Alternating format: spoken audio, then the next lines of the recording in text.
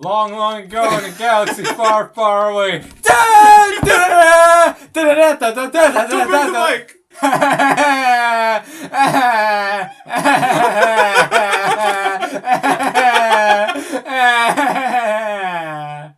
That was perfect. Do that again. I'll try not to laugh. You get one take! It's a one-take show! I got a bad feeling about this. There's been a lot of stuff like the books, video games that have added to Luke's journey. Yeah. Because he's been looking for these Jedi artifacts Yeah. and things. How much does that play into your performance? How much are you paying attention to this? Hello, Star Wars, my old friend. Disney has ruined you again. Because the vision of Luke weeping gave me nightmares while I was sleeping. And the movie that was causing me this pain, it still remains.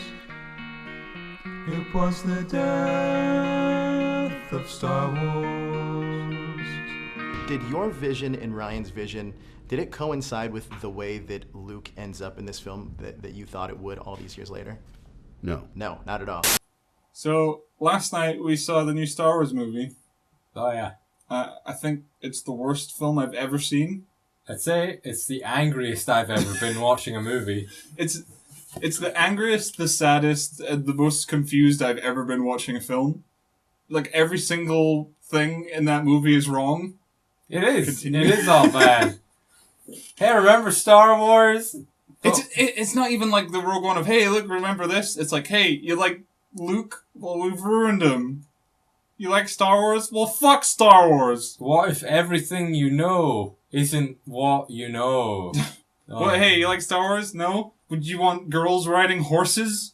Here at Disney, we've managed to design the most sad and miserable-looking animal on the face of the planet. The sad horses are awful. Yeah, they're the saddest. They're the most thing you've ever generic-looking seen. thing I've ever seen. No, how dare you? They're the saddest-looking animal. They are sad, but they're also very generic. They're It's like, let's make a horse. I don't know, make it look like a cross between a cat and a horse. Who cares? Hey, it's got like rabbit and dog stuff in there. That's true. It's like a rabbit dog horse.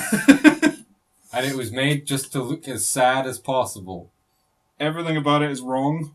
The acting is all terrible. The pacing is awful. It's the longest fucking movie I've ever seen. The music is That's awful. not true. It's They not ruin wrong. the characters. The dialogue is terrible. The script is terrible. The story is terrible. Nothing about it is good. Don't see it. I felt like it was never going to end. Yeah. This movie had like 3 or 4 different endings. The end of the second act felt like the end of the film, and then it's like, oh wait, there's the third act left. Yeah, because it was just that point where it's like, man, wow, this movie's ending on like a weird note, and it's like, Yeah. Oh, wait, it's there's still all that going. stuff from the trailer. Yeah, it was I like, didn't oh no, see it. the salt planet or whatever. Hey everybody! You remember Luke Skywalker? Remember how we had him at the end of that other movie? How Mark Hamill was trained by Disney meatbags to turn him into a man who's Who's slightly capable less of- chubby? Yeah. They did it. Remember when he turned around and took off his hood? That's true. Well, now he's a sad, pathetic piece of shit. Remember, do you like Luke Skywalker? Well, fuck you Too and bad. fuck Luke Skywalker. Are you a Yeah. little girl that likes horses? Well, you're gonna love this piece of shit. Are you Asian? We got a character for you to relate to. The movie opens with one of the stupidest things I've seen, where it's like one fucking X-Wing takes on an entire dreadnought ship and is able to destroy like the whole thing by himself and one other bomber. Well, he destroys the cannons. on Yeah, it. but he does it all himself. It's like, immediately from the start of the film, you're like, there's no stakes. It's like, this guy's invincible, so everyone else is going to be invincible as well. Yeah. And it's just like, it's like they took the problem of like, everyone said, oh, Razor Mary Sue in The Force Awakens, and just like, well, I know how to solve that problem. We'll make everyone Mary Sues. Ta-da! Ta-da! Chinese girl, she's a Mary Sue. Poe Dameron, he's a Mary Sue. BB-8, he's a Mary Sue. He drives a fucking ATST at one Hey, point. BB-8 was already a Mary Sue. But he's much more of a Mary Yeah. Sue now that he's a boy. He was a girl in the first one, but now he's a boy. Oh. Kathleen Kennedy said that, oh no, BB-8 isn't a girl, it's a boy. Oh, thank God. That droid so glad that shouldn't it's a identify a gender. Droider. It's a ball. So yeah, from the start of the film, I was like, oh no. Like, there's no stakes. I was expecting when I went in, I was like, okay, it's going to be Empire Strikes Back, but worse. But it wasn't even that. It was just awful. Like, I would have preferred Empire Strikes Back, but worse. This was just Empire Strikes Back plus elements of Return of the Jedi. but then just a bunch of new random shit that it was like Star Wars and Free Willy just kind of smooshed together, like Star Wars and Seabiscuit. Like what are you doing? It's like they stop the film and they're like, now we're gonna go and save horses. Why? Why is this in my Star Wars movie? They saw some horses, and then they were like, hey, The saddest horses. the saddest marketable creature. I haven't seen any marketing for the horses. Yeah, it's weird. Just like, the porg. But the fucking horses are more important to the film. Yeah. The porgs are just there. Hey, the porgs are perfect. You can't question the porgs. Porg for life. Porg wars. Porg. I like the porgs. Yeah, I love the porgs. They're cute. They're my There's a favorite. scene where Chewbacca was gonna eat one. Yeah. Okay, so he killed it. He took off all the feathers. He cooked it, and then a porg looked him in the eyes. And he like cooked 3 it. porg looked him in the eyes. No, those other Is ones. it were scared the off. plural porg or porgs? I'd like to say porg as the singular and plural. Yeah, like sheep. Yeah. Either that or it's porgs and peergs. What were the fucking horses called? Who the fuck cares? No one cared. No one who made this movie cared. Yeah. And so the film opens with Poe Dameron blowing up a dreadnought, and immediately it's like, okay, there's no tension here. And then they cut to Rey on the island, and I'm like, okay, again, big problem. This movie takes place literally immediately after Force Awakens. Like, you watch them back to back, and there's no time in between them whatsoever. Any other Star Wars movie, there's significant time in between each film. So this one's, it's like, these 2 films all take place on like 1 or 2 days. Yeah. It's just weird. Yeah, like Empire is like some amount of time has passed. Yeah, like so maybe 2-3 years. Like Luke, Return of the Jedi, Luke's like become 2-3 a commander of like. Luke changes character in each film, yeah. which is fine, and it's like, oh, stuff happened off screen. It's interesting. Ooh, what happened? Like Phantom Menace and Attack of the Clones is like 10 years in between those films. Yeah. And Anakin's a different character in between like Attack of the Clones and Revenge of the Sith as well. Yeah. And this is just like, oh, Rey's exactly where she was 2 years ago. For us, it's been 2 years, but for them, it's been 2 seconds. And it's like, oh. She's looking for answers. But that's more of a problem with Force Awakens, where they wanted to end on a cliffhanger, where they should have just had her fly off into space. Maybe she'll find Luke Skywalker, and then that would have fixed this. But there's clearly a disconnect because you got different directors who all have different visions. I feel like it tried to fix like 1 or 2 things from Force Awakens, but then just ruined everything else in Star Wars. So then Rey's on the planet with Luke Skywalker. He's like, no, I'm a whiny crybaby now. I'm not going to help you. I want to live on my sad planet by myself. Till I die. Oh, no. Except She gives him the lightsaber, and he just throws it away. Yeah, he it's just like, throws it over well his done. shoulder. You've ruined Luke Skywalker in one scene. One moment. It's like, oh, well, that's not even Luke Skywalker. Luke Skywalker would care. He'd be like, whoa, got my lightsaber back. Oh, it's my father's lightsaber. Yeah. My father, who I saved from the darkness. Ah, fuck this. Don't need that. And it was played as a joke, and everyone laughed. I was like, no. He just walks away. Yeah. And she just starts following him around. And then the porg were kissing it or whatever. And then he milks some kind of monster. So, this movie was so bad. And also, there's scenes that had me, like, in tears of laughter just of how stupid they were. And they're all kind of at the beginning of the film as well. So, Rey's following Luke around on this planet. And then it's like, oh, this is what he's been doing. He fishes. He jumps on this big stick and he fishes. And that's how he gets food. And it's like, okay. But then before that, he's just like this weird anthropomorphic alien monster who's just kind of sitting, like, slunched over on a rock. And it's got like 4, like, it doesn't even look like udders. It looks like human breasts. Yeah. And he starts milking the breasts and drinking milk. And I was like, what the fuck am I watching? This isn't Star Wars. It's the weirdest thing I've ever seen in a film. When I went into The Last Jedi, the last thing, nobody predicted when they went into The Last Jedi, Luke Skywalker is going to milk a monster and drink its milk. Like, what? Why? And then, like, 2 or 3 scenes later, Kylo Ren, like, Snoke is in this film, which is also a big surprise. I thought they'd be setting him up for, like, the 3rd film like they did with the Emperor, but he's just in this. And he's pretty cool. Like, he's just kind of, like, throwing people around. Like, like Darth Vader kind of, like, choked people over the holograms.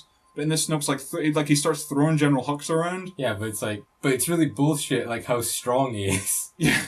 It's just like, how the fuck is he able to do that? Like, I get that they're just trying to be like, oh yeah, we have effects, we can just do this stuff, whatever. Yeah. But it's like, so Snoke is, like, somewhere off in the galaxy, and then he's able to just, like, do shit Yeah, but to Darth people. Vader was like, okay, well, they're on the same ship. Yeah. He never, like, did anything to anyone who was like Yeah. on the other side of the galaxy. Just says, nah, Snoke can just do all this stuff. Actually, that's not true, because remember, Snoke was in the Star Destroyers with them. He was on a different... Oh, wait, no, because that was before they jumped to hyperspace. Yeah, So, yeah, he was... Fuck knows where Snoke was at that point. Yeah. So that's really stupid. But then there's the scene where, like, Rey goes to see Snoke, and it's like, okay, this is kind of cool. He's, like, throwing around and stuff.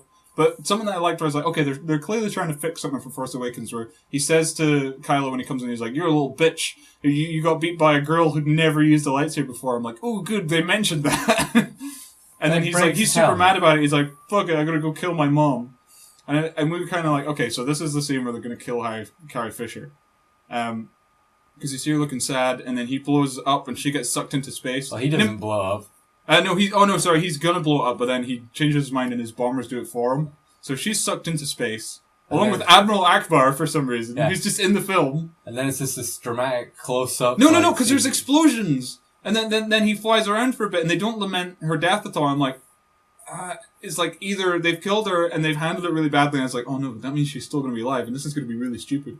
And then you see her floating through space, and I was just reminded of like Guardians of the Galaxy, where like he's like, but that kind of is fine because you're actually an alien and you're part living planet, and is explained later. But the Force saved her, and then she like her hand starts to move, and then the like rubble around her starts to move, and then her eyes open and she starts flying through space. And she just knocks on the door and goes like, "Excuse me, I'm out here." Can you let me in and fly around in space? I'm off a cold. And it's like, is this fucking Mary Poppins? What am I watching? I was like in tears of laughter when that happened. I was so shocked. Again, something I did not expect. I don't know what's more bizarre, Leia flying through space like Mary Poppins, or Luke Skywalker milking a weird animal and drinking the green milk. Porgs. I like the porgs. I love the porgs. Porgs for life. So I thought the porg were going to be like... the big marketing ploy of like, hey... I thought they were going to be like, because the Ewoks in Return of the Jedi, they were the big marketing ploy. But they were essential to the film. Yeah, same with the Gungans. Yeah. The porgs are just there. Yeah. They're just in the background, and they're the best part of the film because they have nothing to do with the terrible story that this film has.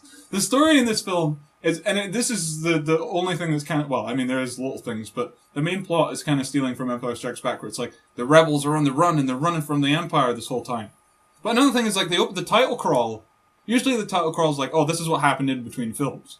But now it's like, this is literally what happened in the last film. Yeah, because it's just like, it's 5 minutes later, whatever. But because they're not doing the whole explaining what the in terms of like government, like who's in control of the galaxy, like the First Order.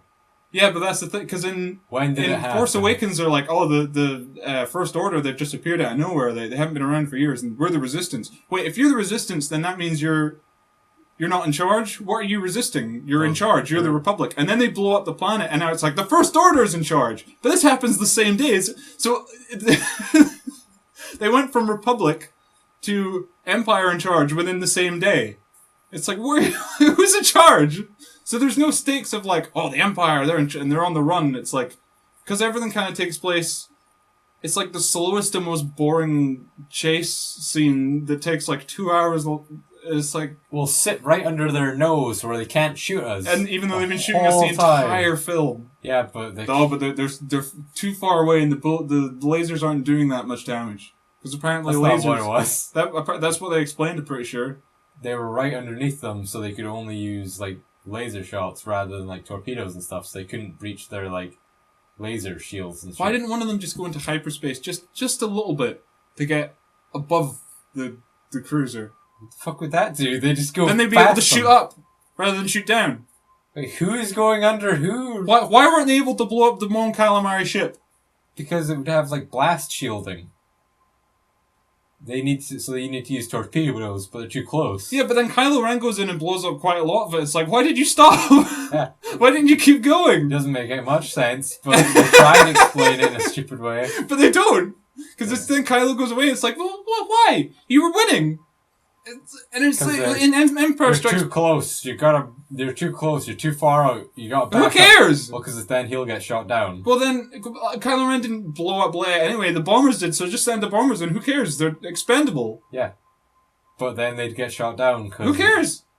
They could blow stuff up before they got shot. Just send a bunch of them. Well, but then we'll just get. But do they have Every enough other action resources scene there? every other space You action gotta scene save in Star all your Wars. resources No! for no reason. Not the Empire. The Empire's apparently got loads of them. No. This is where it's like, what the like, that's the whole plot of the The film. movie doesn't make any sense. No, it It's doesn't. stupid. That's what I'm trying to say. And the Yeah. ship's like, oh, we're run out of fuel. That's an awful excuse. Yeah. Fuel's never been mentioned in Star Wars up to this point. Remember that scene where the Death Star was going to blow up the Rebel base, but then it ran out of fuel? No, because that's dumb. And the entire plot of this film revolves around the main characters running out of diesel. It's just stupid.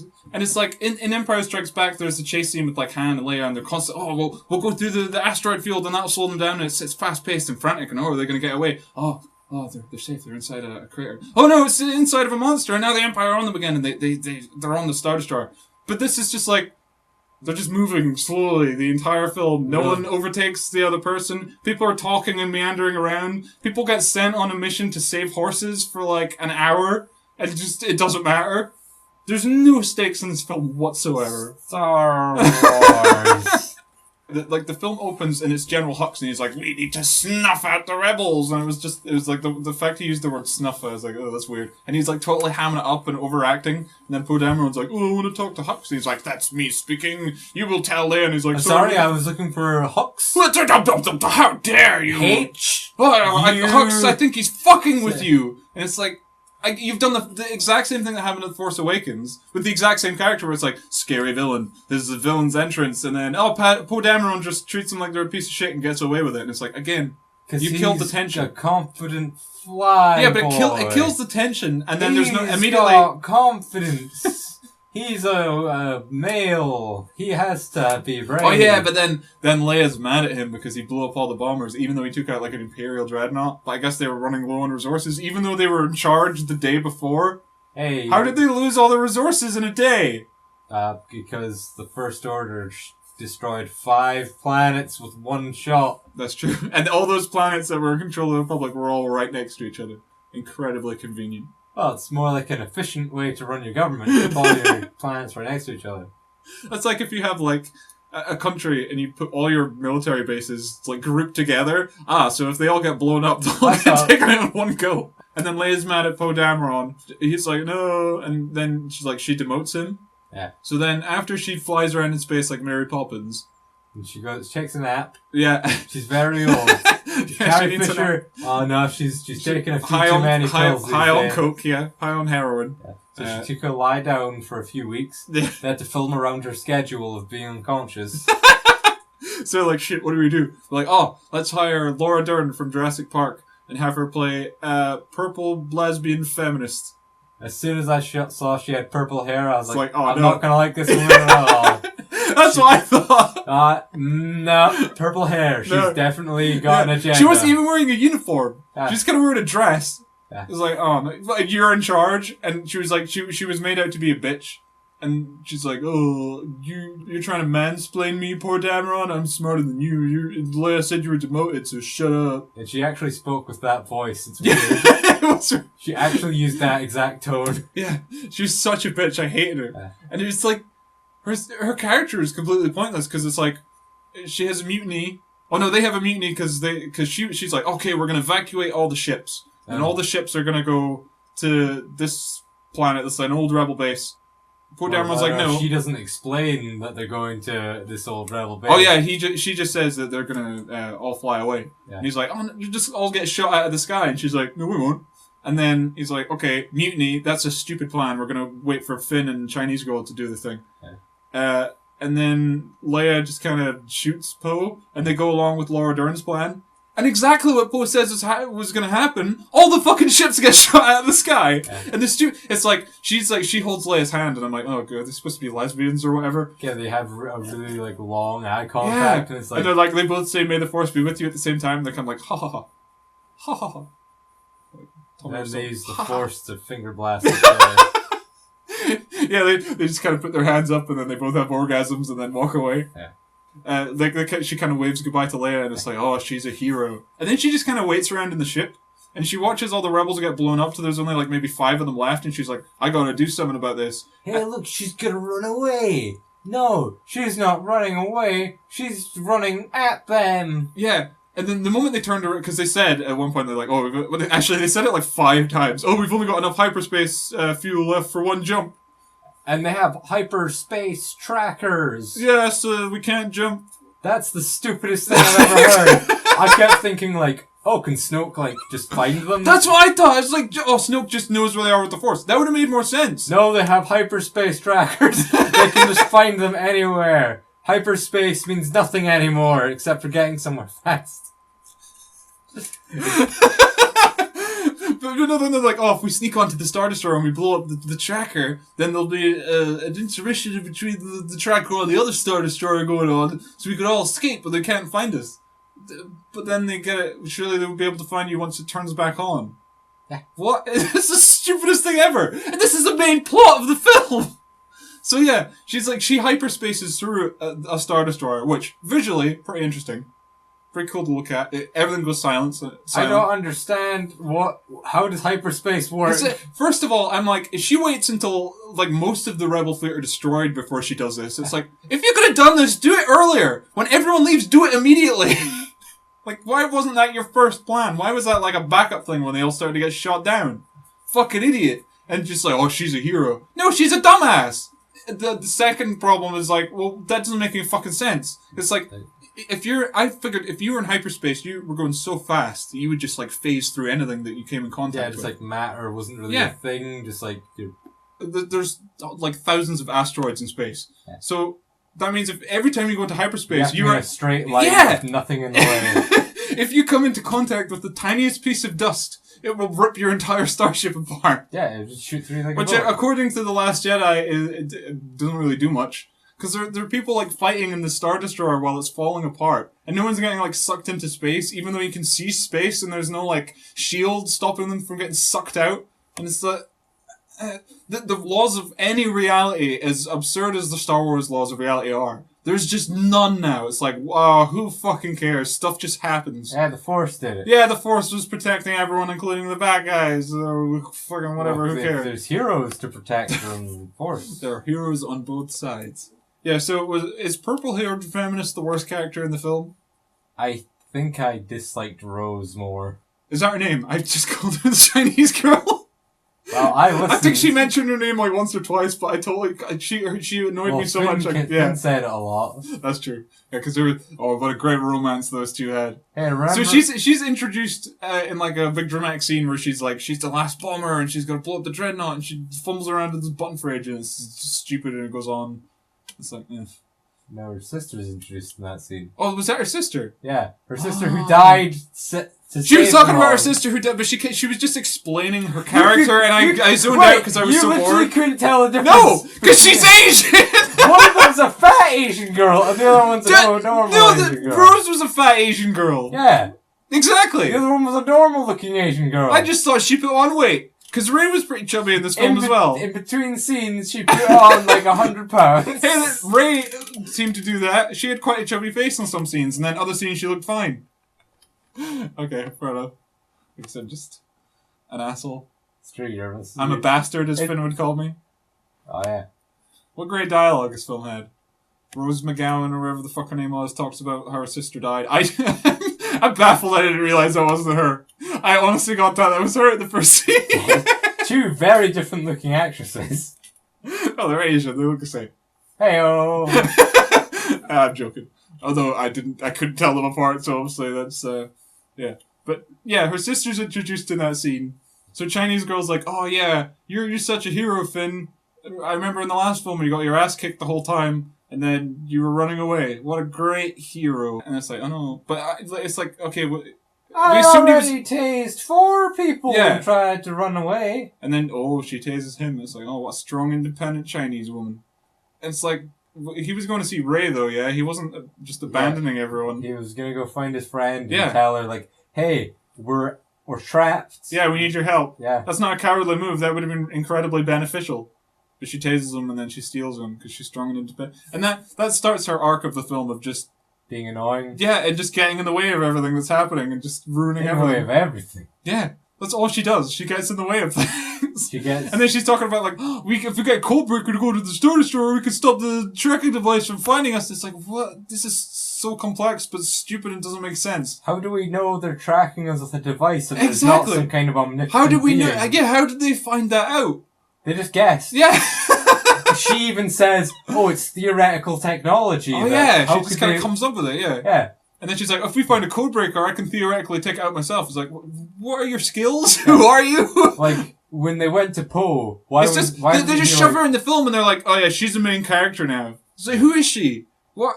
And that's another thing. It's like, what are Rey's likes and dislikes? She likes Han Solo and dislikes Kylo Ren. Okay, but in terms of, like personality traits, like my dislikes are smelly feet and I like cheese, Not people. Obviously I like my mum and I don't like you. But what does Rey dislike and like in the world? Like Anakin. Anakin dislikes sand people and sand. He dislikes children. But he loves fucking bitches and blowing people up. He loves killing, He loves killing younglings.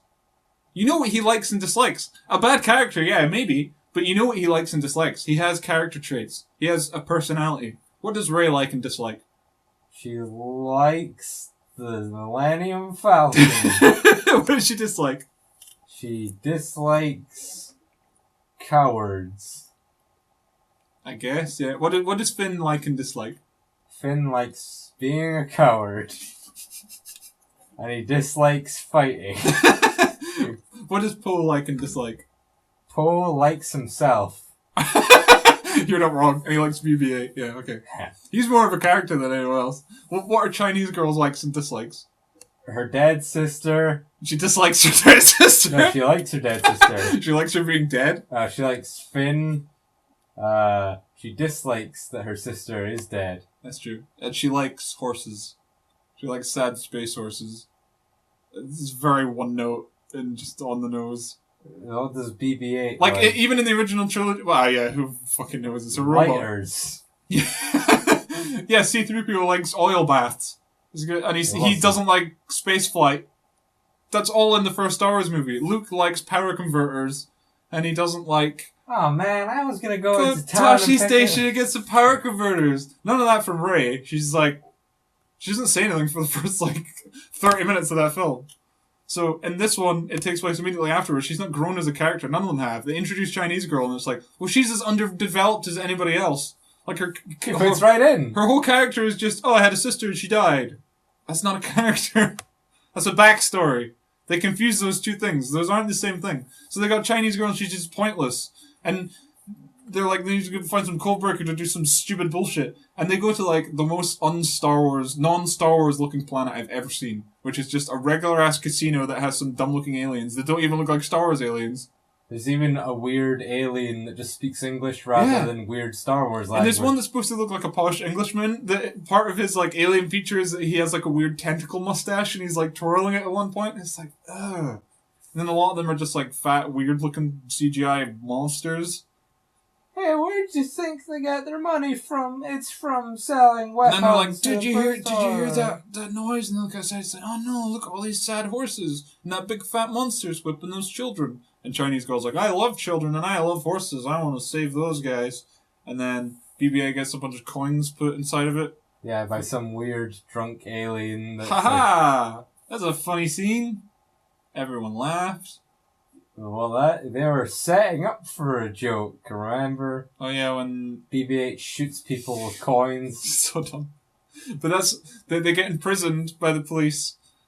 And then they're introduced to Benicio del Toro's character, who is just twist. He's gonna betray you. From the moment they introduced him, it's well, obviously he's shady. Don't trust him. And then they do. It's they even see the guy that they're there. Oh yeah, the reason they go there in the first place is because they talk to Maz Kanata on a hologram. And it's generally when you see people in holograms in Star Wars, it's just them. It's just the person you're talking to. Like, I remember that scene from Attack of the Clones where Obi-Wan's talking to someone, and then he kind of moves out of frame, and a destroyer droid goes into frame. So it's kind of like a camera. It's filming that one spot. But she's taking a selfie with this hologram, and she's flying around on a jetpack and blowing people up, and it's like, make sure all the kids know how strong and independent Maz Kanata is. She's taking out all of those bad guys and blowing everything with her jetpack. It's like, what's filming her? She just carry a weird hologram phone with her at all times. And then she's like, you gotta go find a codebreaker on this place. Can't you help us? We're kind of stuck in the middle of space. Here's where to find the code breaker. Here's what they wear. Okay, bye. Oh, okay, thanks. Hey, I found the code breaker. Oh no, we're being arrested. Oh no, we're in jail. Oh, we found this other guy who says he's a codebreaker. Let's trust him. Well, no, to No, be they fair, don't they don't trust trust him. He just because they go and free the horses, and then great. Well, he breaks out of prison, and then Yeah. they also leave because Yeah. they're in the same cell as him. Mhm. Then him and BB-8 team up. Yeah, for some reason. Just BB-8 was starting a rescue, but he just kind of was like, "I'll go with you, I guess." Yeah, who cares? Whatever. So he steals a ship. No, because he. I guess I'll go with you. Oh yeah, I forgot. His whole character was he had a lisp. Yeah, it was a speech That's just his impediment, character. But it's just like, wow. It's so one note. It's like that's literally all they gave him. He has a lisp. He betrays the team. He's got white skin and he's a male, so obviously he's going to betray the team. Yeah. I knew that the moment I saw him. It's like, oh, it's a white guy. He's going to betray the team. Remember that time that they had a white female character that they had spent so much time making you think they'd be a traitor, but you knew because it was a woman. Because it was a purple-haired feminist, That and they obviously wouldn't she's be a going to be a good traitor. guy. Yeah, exactly. But as soon as you have a white male with a mustache, Yeah. you know he's not trustworthy. You know he's a piece of shit. Yeah. So obviously, like, he just kind of picks them up. He's like, yeah, whatever, I'll go along, I'll pick it. And this is after, like, Chinese girl's like, oh, it's independent, I saved these horses, I got a spiritual connection to these horses. This entire subplot took, like, I feel like it went on for, like, 40 minutes or something. Yeah. Maybe it didn't. But they kept cutting back to it, and it's like, what is this? Take this out, it's pointless, we don't need it. It just bloats the film.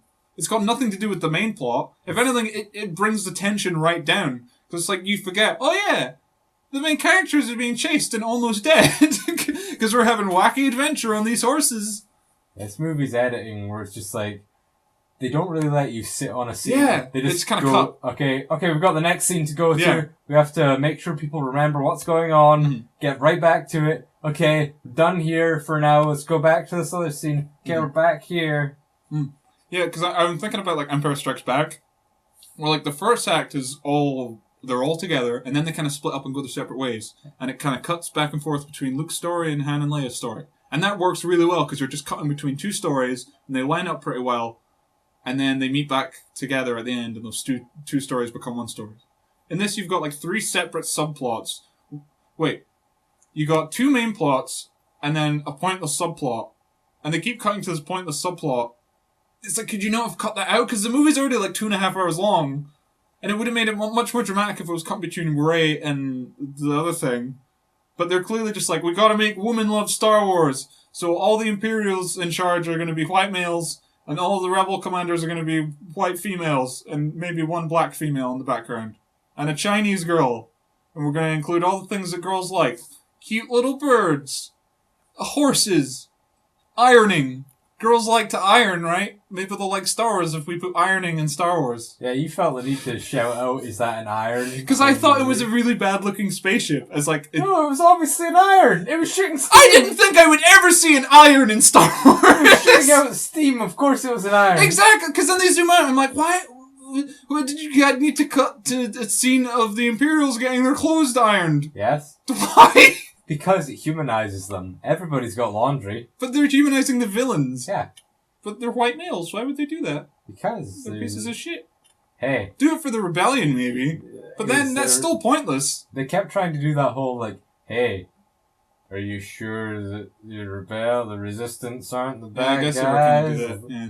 Oh, hey, they all get their weapons from the same place. Hey, they all. It's all this is black It's and white. Anti-war propaganda. But then they decide at the end of the movie, no, don't worry, Yeah, we're there's gonna a fight 'em." clear good and evil. Even though the whole movie had this weird thing of like, hey, not everything's black and white. Yeah. No, we'll just end it with, no, everything is black and white. Don't worry about it. Yeah, because the the main plot, which we haven't talked about yet, really, is Luke's story and Rey's story, which... That really isn't the main plot. The main No, plot it's the main the main plot is the ship trying to escape, but the main story is Luke and Rey. And it's also the worst part of the film. Well, actually, probably the horses is the worst part of the film. The whole But- film is the worst part Yeah, of the film. that's true. You can't really... It's hard to pick a worst part of the film. But for me, the thing I hated the most was just how they handled Luke. It was just like, everything I liked about Luke is just gone. There's nothing left. He's just a sad, pathetic piece of shit that lives on an island. And he refuses to train Rey. And then Chewie shows up. And then he's like, "Where's Han?" And he's like, "Where's Han?" It's like, "Oh, dramatic moment. She's going to have to break it to him." But then they cut back, and they never mention it again. It's like, it's bad enough that they never got a reunion, but then it's like, you never even see Luke's reaction to his best friend dying. It's like, "Where's Han?" "Oh, he's gone," or whatever, who cares? "I came here to die, but I didn't want to kill myself, so now I just live in a stone hut." I have these maids. Who appear for one scene and never again. They show up like 3 times. Oh, yeah. Okay, yeah, because Rey drops the thing on... Yeah. But I thought it was going to be like, oh, Rey gets trained by Luke. But he's very reluctant about it. Because they're like, okay, well, Luke Skywalker's the main character in Star Wars. Like, everyone loves Luke. Lots of white children wanted to be Luke when they were growing up. So let's make sure that white kids know that Luke was actually a piece of shit that almost turned into his dad and murdered a child. So they do this thing where it's like, it's kind of cliched. Even your heroes or even Villains, yeah. villains. Hey, what if Luke gave into his darkness even for a second? No! Yeah! Stupid! Like, The whole thing about Luke was that he didn't. yeah. He beat the dark side. Yeah, he saw, like, the power of the dark side and, like, what he could do Yeah, with it. and he said no. Yeah. So I'm not going to do that. I end up like my dad. I don't want to kill children. But in this, it's just like, okay, he started a Jedi Order, okay. And they explain that in flashback, which I'm like, I'm sick of fucking seeing flashbacks. And it was fine with Force Awakens. They kind of had like, it was a dream flashback, so that kind of works. But then in Rogue One, there's just flashbacks, and then in this, there's just flashbacks. And it's like, stop, flashbacks don't work in Star Wars. But I mean, nothing in this film works in Star Wars. Nothing in this film works. Horses and, what's happening? So, the first time they show you the flashback, Luke's like, oh yeah, Ben was evil and he tried to kill me. And then Kylo says, oh no, actually it was Luke that tried to kill me, so I protected myself. And then the truth is somewhere in between there. Luke, in a moment of just... Desperation, I guess. Yeah, it's like really stupid. Fear. Yeah. Yeah, fear. It's just, I see, like, geez, the darkness in my nephew. I could just kill him and I'll never have to worry about that. Yeah, that guy who went so far up his way to save his completely evil dad, he doesn't give his nephew a chance. Exactly, yeah. And there's even an interview where Mark Hamill says that he talked to Ryan Johnson and he's like, I'm so surprised how you see Luke. Yeah. It's like... There's also an interview where he was like, so did you like how Luke was handled? And he's like, no. Did your vision and Ryan's vision, did it coincide with the way that Luke ends up in this film that you thought it would all these years later? No. No, not at all. It's like, obviously, because this isn't even Luke. All of Mark Hamill's interviews. Yeah, they're great. They're Yeah. amazing, yeah. Mark Hamill's... his interviews are the best part that's come out of The Last Jedi. Because, like, I would like to say that he's good at it, but he's not. Nah. Well, Because he clearly doesn't like what he was given. And yeah, he doesn't care. Yeah, he was just contracted into it, and he can't get out of it now, so he just has to read his lines and because the whole flashback things, I was really like, oh, you're not trying at all here, are you? Yeah. And he was really just like hamming it up Yeah, wherever yeah. he could. Like, Yeah. hey, if I don't care, I'm gonna have fun with whatever I can. This will probably be the last movie I ever work on. Who gives Yeah. a shit? Like, at least Harrison Ford was charismatic in the last one. He was happy because he didn't have to do it in the Star Wars again. Sorry, Mark Hamill knows they're going to bring him back as a Force Ghost. Yeah. So he's never going to get to escape. Strap. He's trapped for him. I feel bad for him. But yeah, they've just completely ruined Luke's character. Someday they'll bring Mark Hamill back as a puppet, You mean a CGI monstrosity? but a puppet of a CGI monster. Oh yeah! Which brings us nicely into Yoda. So basically, the reason Luke's on this stupid island planet is because the books are there. There's the first Jedi books ever written. Ah, interesting. Do we get to read them? No, we just mention them. And then Luke's like, fuck it, I'm going to burn down the books. I have to make sure that nobody ever learns of the Jedi ways ever again. Because I hate the Jedi. For and some I reason. resent Ben for showing me I resent Ben for allowing Darth Vader to happen, and Yoda. I hate all my masters for no reason now. Exactly. He's a completely different character for no reason. They don't even do a very good job at explaining why. It's just like, oh yeah, he's a piece of shit now. So he's like, I gotta burn it all down. No one will ever read it again. And he burns it down, and then the trees like burn into like the Jedi symbol, kind of. Yeah, it's just that was way too on the nose. Yeah. But then you see the back of Yoda's head, and immediately I'm like, oh. And then I'm like, is he going to be a puppet? Because they love using puppets. Also, the puppets in this are awful. Yeah, they all look so plastic. They're so and cheap. Rubbery, yeah. And the most notable one is Yoda, because he shows up, and I started laughing, because it's like, that just looks like a cheap fucking puppet that they got from Walmart. Like, they go to Asda, oh, here's a Yoda puppet, use this. And apparently they also CGI'd it. Yeah, it's just like... It's a mess. It's this weird... Well, his eyes were super realistic, which was weird. Yeah, because I assume they just did CG for the eyes. Yeah. Well, I think they did CG for the face as well, but then his hands looked like really cheap rubber. Where in the original, like, Empire Strikes Back, he looked great. He looked amazing. He almost looked like real. He looked horrifying in Phantom Menace. But I want to say, this puppet's worse Phantom Menace, they want to make him look younger. Yeah, which is like, okay, so this nearly 900-year-old, take 20 years off his life, and he looks like way younger, much better. Yeah, sure, that makes sense. But he doesn't even look younger. He just looks scarier. Yeah, he's so like he's skinnier. Yeah, I don't like him. The one change that I like about the prequels is that he just added in CGI Yoda. Because I don't like CGI Yoda, but at least it's not creepy looking. I would take CGI Yoda over this horrible puppet Yoda. It's not. I don't think it's as bad as the Phantom Menace one, but it looks fake. Like the Phantom Menace one looks scary, but it doesn't look fake. It's good quality piece of shit. This is just a bad quality piece of shit. And then they CGI it on top, so it looks even worse. Yeah. Like, at some points I kept thinking, like, are they just using footage from I started to think that as well, because there was a couple times where it was like, oh wait, he does look like Empire Strikes Back Yoda. And then he moved his face a little bit, it's like, oh no, it's all off again. Yeah. It's that weird thing where, like, they tried to put too many animatronics in the face, and it makes it look wrong. Yeah. It's... I don't know. And they brought back Frank Oz to play Yoda, and same with James Earl Jones in Rogue One. He's just sounded a bit too old for it. And also, the dialogue they gave him was awful. Yeah. Young Skywalker. Seems like you've not learned anything. Yeah. And it's like, most of what he said, he wasn't even speaking backwards. There's a bit where he's like, page turner it was not. Yeah, you just burned the books. This is supposed to be a serious moment, and you've ruined it with a comedic joke that's not funny, and also a word I never want to hear in Star Wars. I don't know. A page turner? Yeah. Coming from Yoda? It's just like, it just doesn't sound right to me. It sounds like a Yoda thing. It's fine for me for that. For Yoda, most of the dialogue is just awful. And that was where it stood out to me, where it's like, that's not Yoda. Yoda wouldn't say that. Yoda. They all speak, like, the whole George Lucas thing is they speak weird. They speak like royal aliens, you know? They've got this very, like, noble way of speaking. And they just speak like trash. They just speak like millennials. I won't be surprised if in the next one they talk about taking selfies and shit. Twerking fucking millennial crap. I do like that Yoda had his classic laugh, though. Yeah, that was nice. Yeah. There was one image that I liked where, like, Ghost Yoda's sitting next to Mark Hamill. Yeah. And I was like, oh, that's nice. You get to see Yoda and Luke next to each other one last time. But then it's like, I thought they were going to bring back Ewan McGregor to play Obi-Wan at one point, which I'm glad they didn't. But at the same time, why didn't they bring back Hayden Christensen to play his dad or something? That might have been nice. If you're going to kill off Luke in this film... Yeah, like, I have him say goodbye to his dad or something, but then... Yeah, like, I kind of feel like, instead of Yoda, if they brought in Anakin instead... Yeah, that would have been so... And Anakin had talked to him about, like, how you didn't give up on me. Yeah! And that had pushed Luke to, like... to not give up on Ben. Yeah. That would have been great. And then... That would have tugged on everyone's heartstring, and then that would have brought the prequels and the originals together. But instead they're just going for, it's in the originals, Puppet Yoda, bring in Puppet Yoda. Even if it would have been more impactful if it was Obi-Wan. Yeah.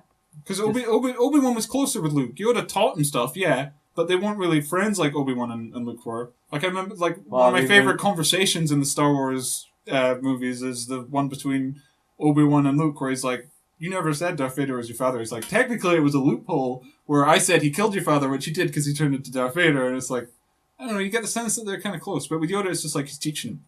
So... That should have been because that's the last time you see Luke until the end of the film. So it would have been a much more emotional moment, as if you said they brought in Hayden Christensen. Because apparently they've talked about bringing him in, but now maybe they'll have him like talk to Kylo Ren or something, which is like, Yeah, it's... they've just never interacted before. It's a mess. Yeah. So, that's the last time you see Luke. He's completely ruined. There's at one point as well they say like, oh, he's severed his connection to the Force. Yeah, like, really? He just isn't He just able gave to up. use it. Yeah. But then like 2 scenes later, he just starts using the Force again. And it's like, I thought you severed your connection to the Force. How long does it take to get your connection back?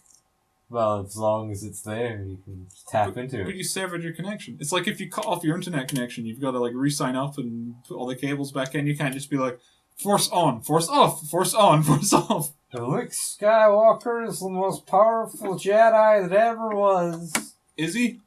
Technically, he's supposed to... Well, in expanded universe stuff, he is. Oh yeah, but that's all gone now, obviously. But then... Luke Skywalker was a good character in the expanded universe. He married a girl called Mara Jade and had great children. And this gave up and lived on an island like a failure. And then Rey showed up, and he was like, I'm going to give you lessons about why the Jedi must end.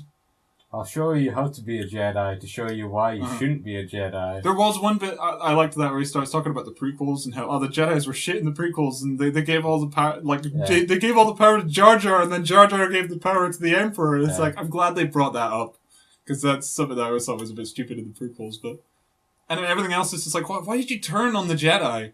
Then there's that scene where like Rey's like sitting and meditating, and she starts moving rocks, and she sees this cave, and they're building up this cave thing. It's like, okay, they're aping the whole Empire Strikes Back cave scene. But then she goes into the cave and there's like a weird mirror. And she's like, show me my parents, and she sees herself. And it's like, oh, that's anticlimactic. She sees... Like, the thing is, in that What- scene, yeah. they show the silhouette of Kylo Ren, and it's like... Oh, was that it? Well, yeah, like that... Because there was a silhouette that was taller, and... Oh, okay. Well, it was either Kylo Ren, or it was supposed to be, like, Luke, and it was, like, Maybe it her, was supposed to be Luke. like, yeah. wanting it to be Luke, and Yeah, something maybe. stupid like that. Yeah. Well, that was the because Rey had like no motivation in the last one other than I want to be a hero and I'm already perfect at everything, so that works out great for me. And like everyone was like, oh, who are Rey's parents gonna be? It's so important that we know who the parents of this character are. And that's her character arc, and she's like, who are my parents? I want to find out who my parents are. And it's like, why do you? It's like she's treating it like she's a fan of Star Wars. Like it's a big important thing. My parents have to be super popular war heroes like Luke and Han. It's like. Yeah, and like the fact that she knows every little detail about like, Luke, he's like, you're Luke Skywalker. You saved Yeah. Darth Vader from the darkness within him. How do you know that? You've lived on a sand planet your whole life. It's There's like- even a scene where she's like, I grew up on nowhere, and Luke's like, don't believe that. And she's like, Jakku, and he's like, oh yeah, I guess it is nowhere. And everyone laughed. It's like, one, that's awkward. And then two, it's like, yeah, you're right, that is nowhere, so why does she know everything? Yeah, Why is she so capable of everything? because Star Wars. The big twist. The dramatic twist is that Rey's parents are no one. They're just some drunk assholes that just abandoned her on a sand planet. They're nobody. Who cares? Shut up about just them. who fucking cares? What is the secret of Supreme Leader Snoke? Nothing. Doesn't matter. Dude, Shut he's up dead. about Shut it. up. Fuck off. It's all good. Anything that they built up to In from Force last Awakens, movie, yeah, fuck it. It's whatever, dead now. doesn't Go matter. on, whatever. Who cares? it's gone. Don't forget about it. Why is Luke on an island? Someone with Ben Solo. Who cares? He's dead now. Fuck you. Why did he lose his faith in the Jedi? Who cares? He's dead because now. Shut the fuck up. himself, not because of anything that anyone else did. Yeah, he acted like a piece of shit for one scene, and then he never explained why to Kylo Ren. Where it's clearly like, okay, well, everything happened, Snoke already had his hands in him. but they don't explain. when? Who was Snoke? Where was he at that time? Yeah. That's another thing. Right, this film apparently has like over 2 hours of deleted scenes, and they parade that like, ooh, this Star Wars movie has the most deleted scenes of any Star Wars movie. It's like, that's not a good thing. Maybe you should have cut some of the Yeah. scenes we've got out Yeah. and then put in some of those other scenes. Yeah, the more important scenes. Why don't you cut out the entire subplot with the fucking horses? We don't need that. Give us more, like, explain who the fuck Snoke is before you kill him off. Jeez. I am Supreme Leader Snoke. I was around all this time, I guess. Or was I? Was Who I knows? Darth Plagueis? Who knows? Oh, I died. Like, it's... Why... What's the scar on his face? Did Darth Vader slash him for some reason? Who knows? Like, well, nobody knows. We never will, unless they do Hey kids, look for the Supreme Leader Snoke origin book from Disney Star Wars books. Do you think they'll do like a Snoke prequel? There'll be a Snoke book somewhere. I mean, like a movie prequel. No. Standalone Snoke film. Well, when people... Because I was thinking, it's like, well, if you compare it to like the Emperor, they don't really explain who the Emperor is in Return of the Jedi, but you don't need to know that. And then you get the prequels that explain that, so it's like, okay.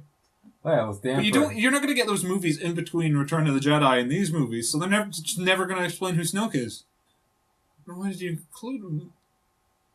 Just not going to go into any detail about who he is? Oh, he turned Kylo Ren evil. How? Who is he? How capable is he? Oh, he's super strong. He's moving Rey around. Oh, this is really cool. He's treating Kylo Ren like the little bitch that he is. This is really interesting. And then all of a sudden he's like a cocky asshole. He's like, and now Kylo Ren, you are going to kill Rey. And it's like, oh, I can. He closes his eyes like a dumbass. He's like, oh, I can feel that you're turning a lightsaber towards her. Oh, and you're about to turn it on. And you're going to kill her. But really, he's turning. Keeps saying you're going to turn your lightsaber on the one. That, the one that you know you must destroy, or something like that. And it's like, oh my god, this is so fucking stupid. Yeah, there should have been that moment. Wait a minute. That's me! But he's kind of... It's a weird way he cuts him as well, because it's like he cuts him like through the chest, and then his arm, and then it like at one point you see his severed head, but you never see his head. Yeah, I think so. It's just on the floor at one point. I just remember his torso. Okay, maybe it was his whole torso, but it was just weird, where it's like, you just see his... Like with the Emperor, he gets thrown down the shaft. Yeah. You never see him again. He blows up.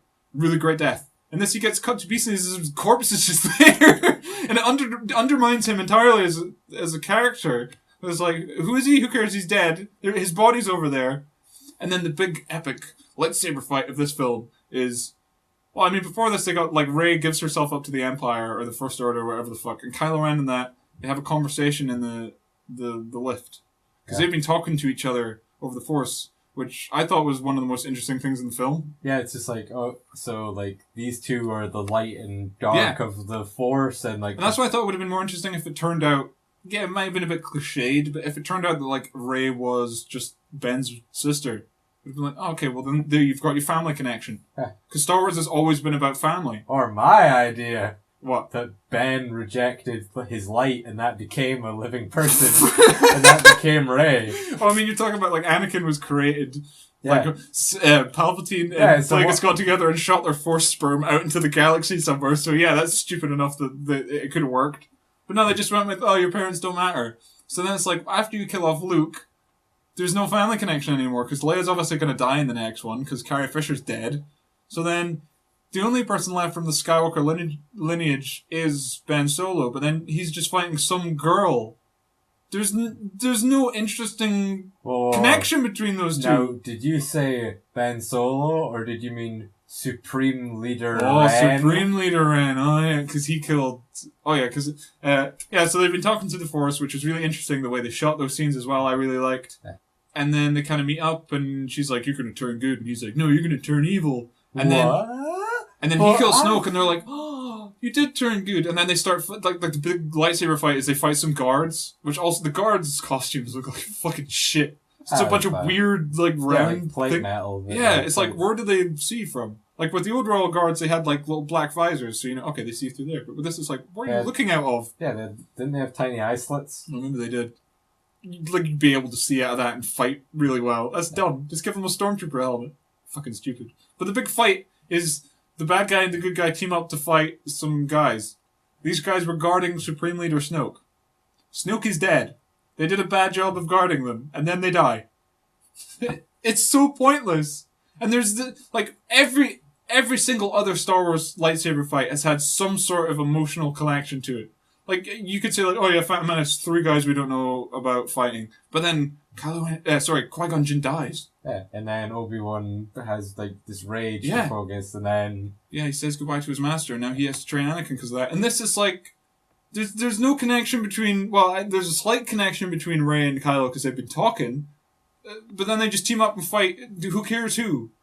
And then I guess there's another lightsaber fight at the end where Ghost Luke Skywalker shows up, which is... It's up there with one of the stupidest things in the film. I mean, it doesn't top Luke milking a weird monster, and it doesn't top Leia Poppins flying through space, but... So should we just going into the whole The whole ending. Luke's climax. Yeah, I guess so. So they alluded to like, oh hey, here's Luke's X-wing, and they bring R2-D2 Oh yeah, I totally forgot about that. To his the planet he's on. That's another thing. Quickly, right? Chewie, he's there. He's in a couple scenes. He's just there to play with Porg. That's his only purpose. Yeah. He says hello to Luke once, and then I don't think they ever interact again. No. C-3PO, he's there. He's in the background. He says a couple things. Like, says a joke to him once. Luke winks at him. R2-D2, I think he's in 2 scenes. Luke says, "Oh, R2, I missed you." And then R2 goes, "Fuck you, Luke." And Luke's like, "Oh, don't use that language with me, R2." And it's like, oh. Never seen again. Yeah.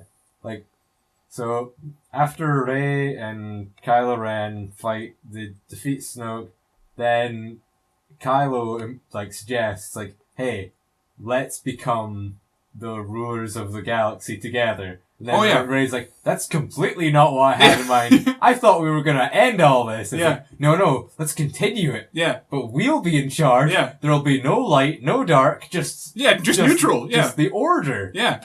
And then she's like, no. Yeah. And then they fight over... No, but something really interesting that he says is like, Sith, Jedi, Rebellion, good guys, who cares? Forget all of it. I'm like, I felt like that was the Disney execs that wrote that scene in. Star Wars, sequels, reboots, prequels, who cares? Fuck all of it. No, we're gonna destroy Star Wars from the inside out. We're gonna take everything good. The Jedi, they're gone. The Sith, they're gone.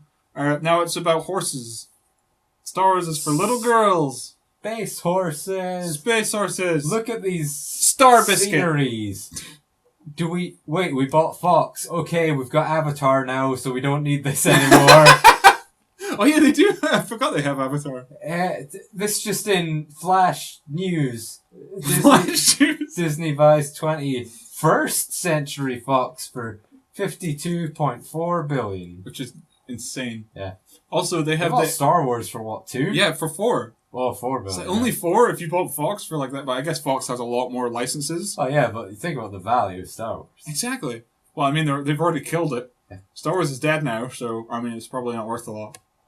Kill it if you have to. Yeah, kill it. Who cares? Forget about it, as Kylo Ren would say. Let it die. Let it all die. Fuck it. Kill it. But no, that means that Disney has the Aliens franchise. Yeah. So that makes the Alien Queen. If the Alien Queen has a daughter, that'll be the Disney princess. An alien is Disney princess now.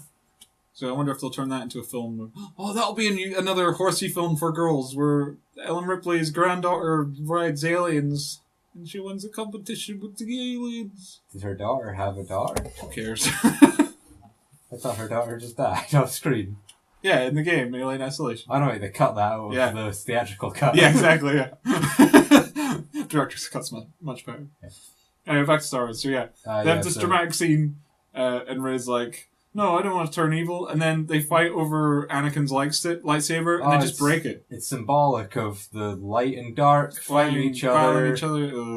And then they break it, and then there's an explosion, and then Rey escaped off screen. Yeah! In Snoke's cruiser. That was something that pissed me off. Well, it pissed a lot of people off in Force Awakens that Rey has never used a lightsaber at all in her entire life, never known what the Force is, and then she's just able to beat Kylo Ren at the end. And I was thinking, like, they can rectify that if in Last Jedi, Kylo Ren beats the shit out of Rey. And then it would be like, ooh, round 3 in the next film, who's going to win? They both won once. But in this, they don't even fight each other. And then Anakin's lightsaber explodes, and he passes out, and then she runs away. Yeah. So she technically won because she didn't pass out like a little bitch. Yeah. So it's like, so that's 2 for 2. Kylo Ren's lost everything so far.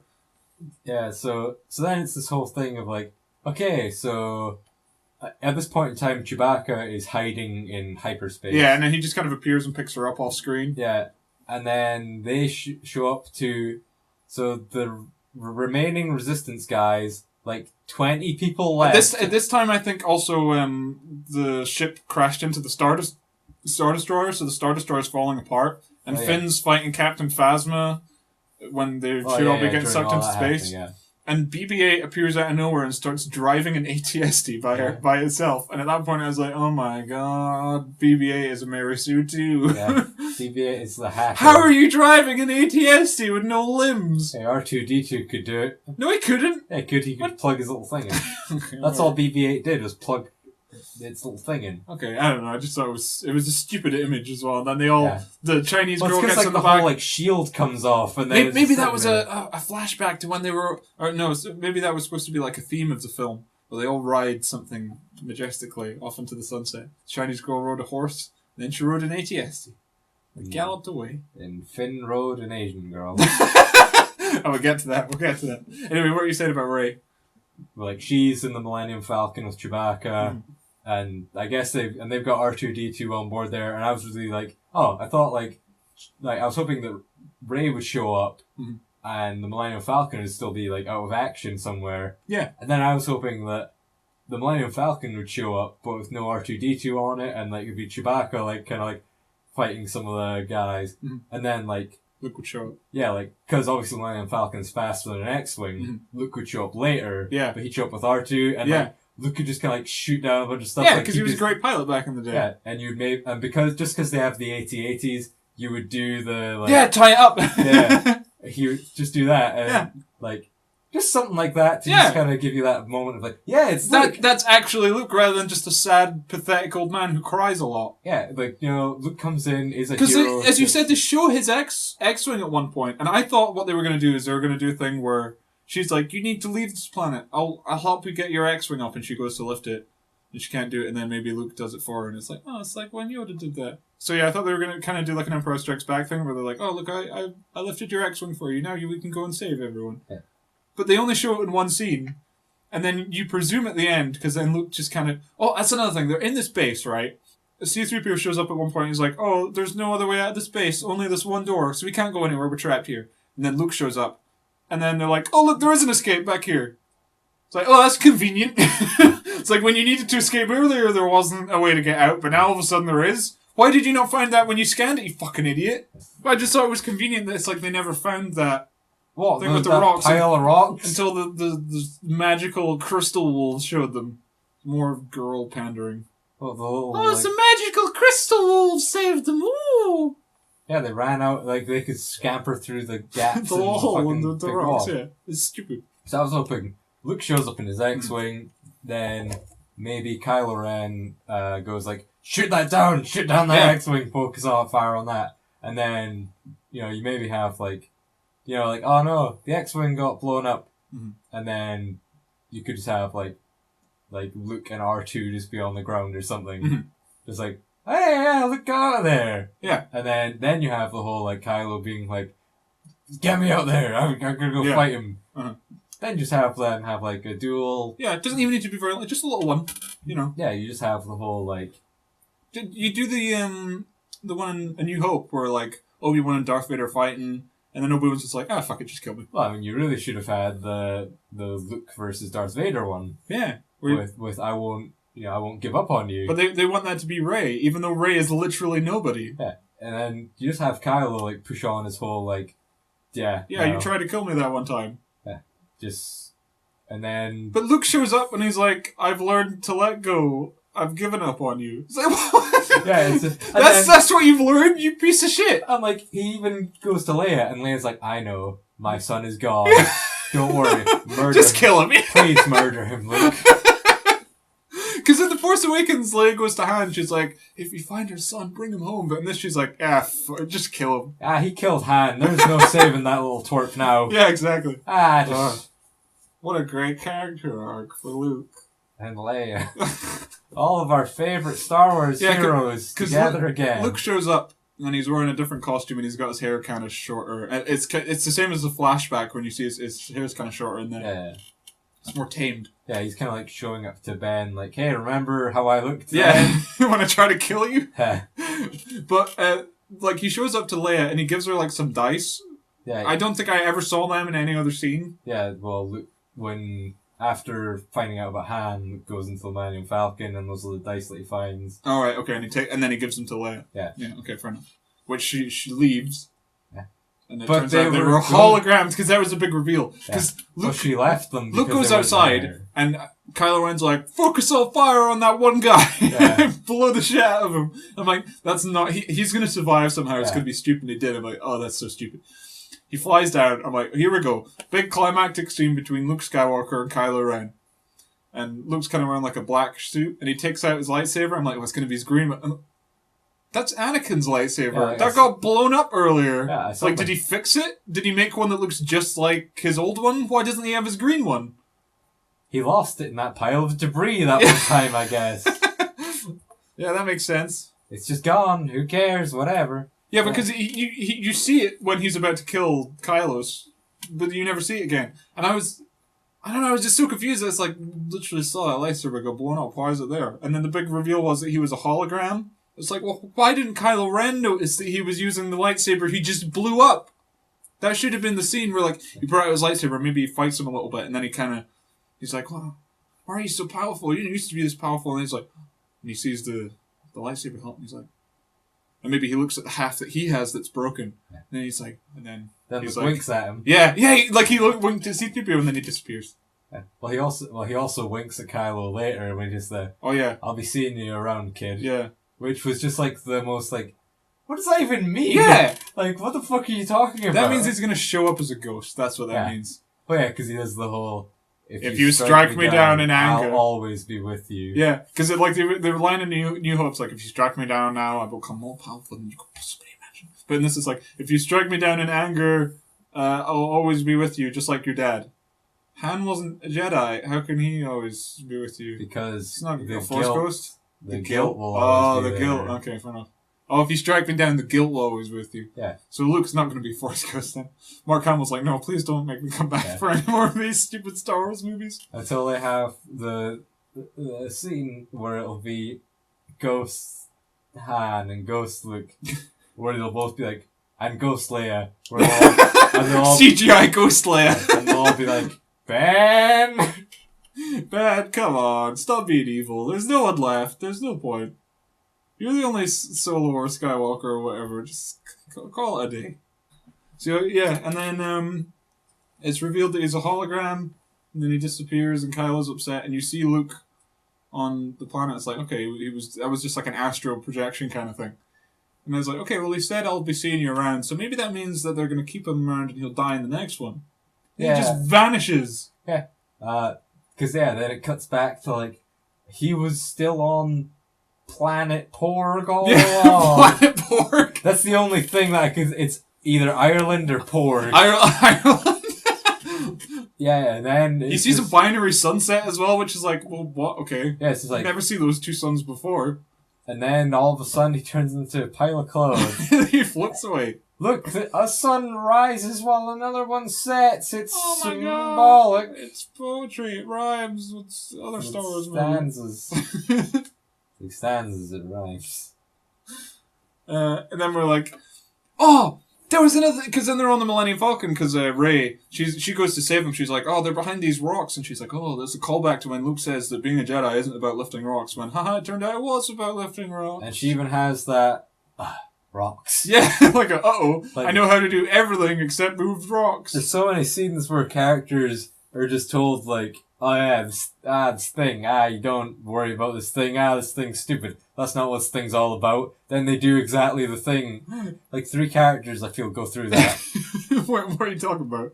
Like, I feel like there's I 2 think- other characters I who think I have know like what you mean, but I can't think of it like at the top of my head. Yeah, like, the Rey one is just the one that, like, sticks out 'cause Yeah. it's at the end. It's so on the nose. Yeah.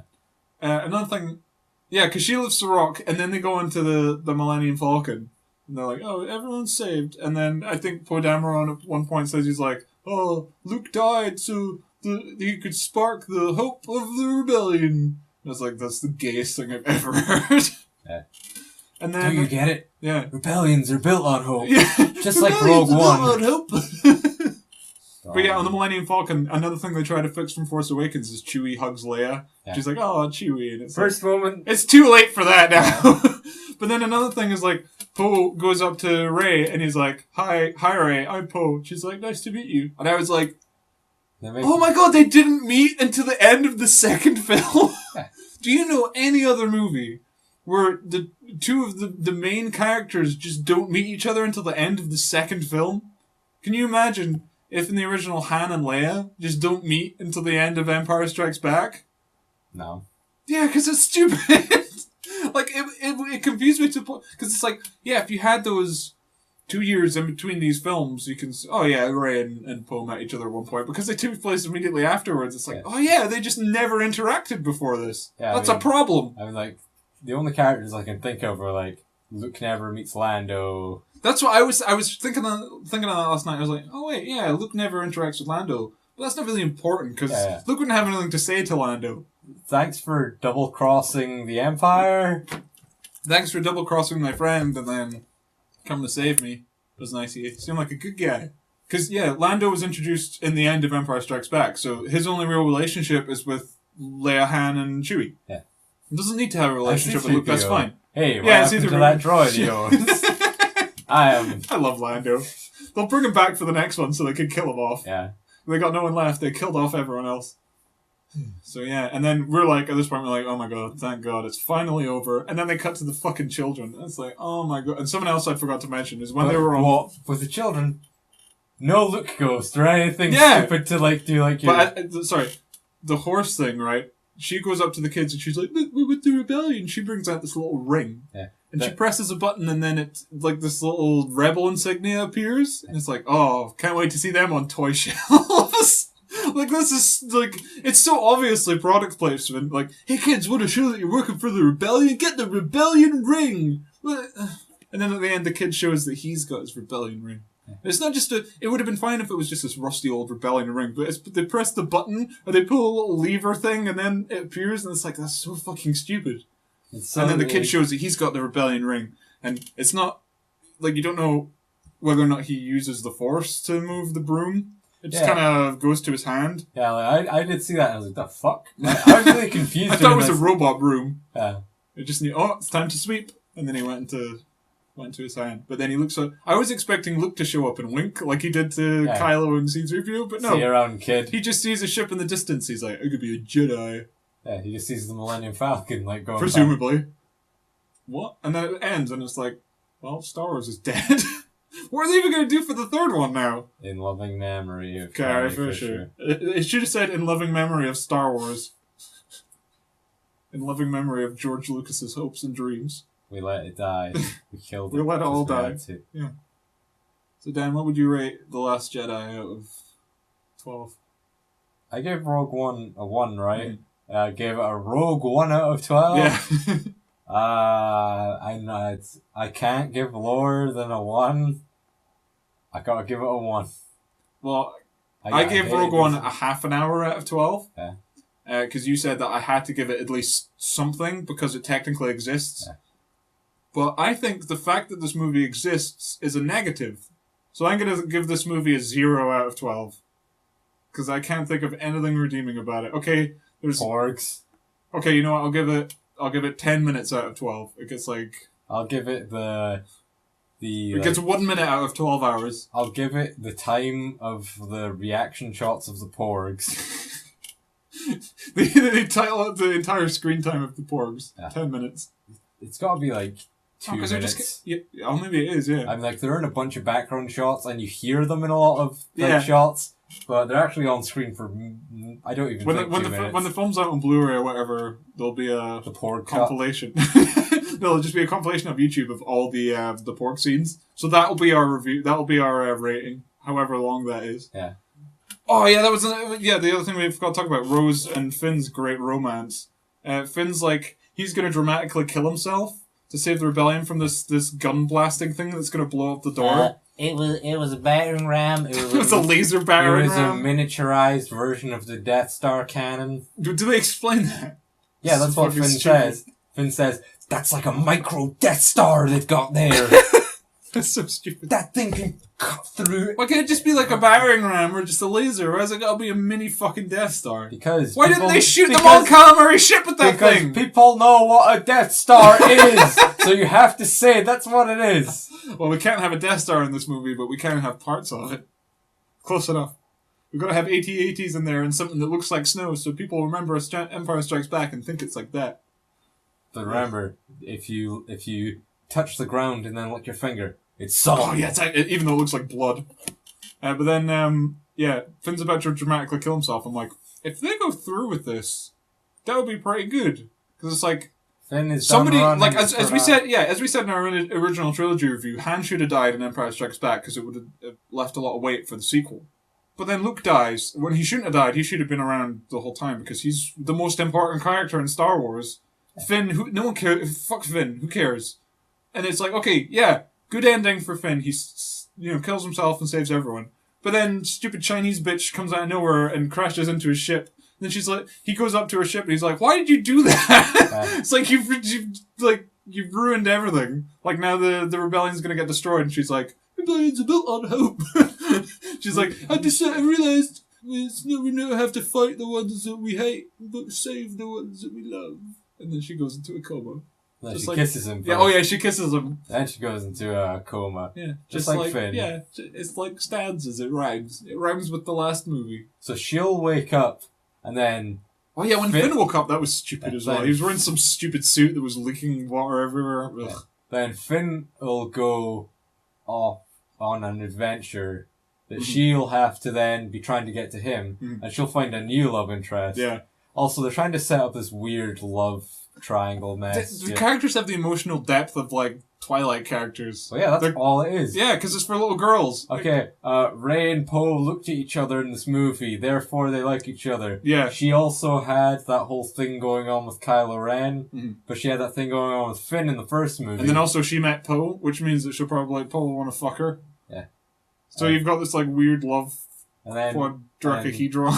Finn now has Rose as well. Yeah. So you've got 5 characters who are romantically linked in some Also, weird people are mess. saying that Poe and Finn might be gay together. That's true. So who knows? Who cares? Star Wars. Who's the canon pairing? Who's it gonna be? Who cares? Hopefully they just kill everybody. Yeah, Rey barely does anything in this film. She, like, the only thing she kind of bitches a lot on Planet Porg. Well, she does her training.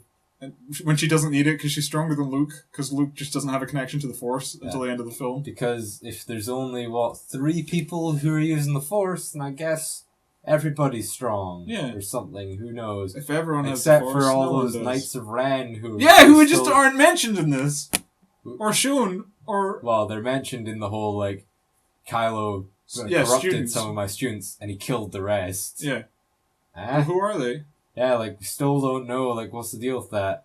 Will we ever have the Knights of Ren? I guess, because we're like, I'm thinking, well, there's nothing left for them to do in the third film, so I guess that's the only thing they've got left to bring in the Knights of Ren. But then, who cares? They're just some random people. Rey will train her Jedi students. All the little kids from Horse Planet. Yeah. And they'll all ride horses into battle. And they'll fight the Knights of Ren, and it'll be stupid. It will be stupid, that's guaranteed.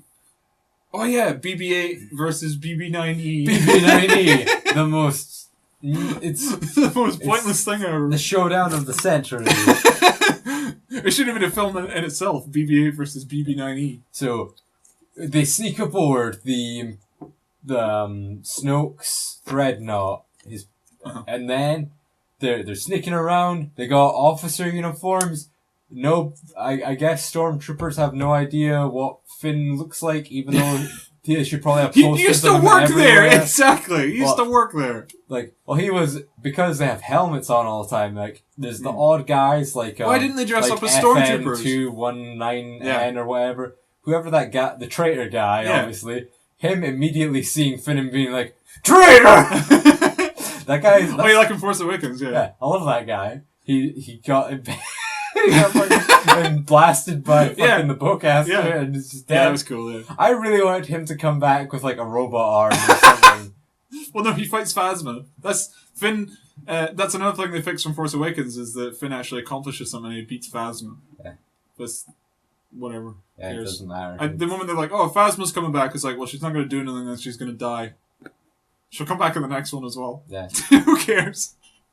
But yeah, BB-9E is like a black BB-8, and he shows up and he's like, that giant box that's moving around, I think that's the rebels. They disguise BB-8 by putting a bin on They it. just put a bin on him, a square bin, and the stormtroopers are like, "Oh, that's a very large mouse droid." Whatever. And they just walk past it. Like BB-8 it bumps even into one of them. Yeah. And like almost knocks the guy over. And then he stares at BB-8.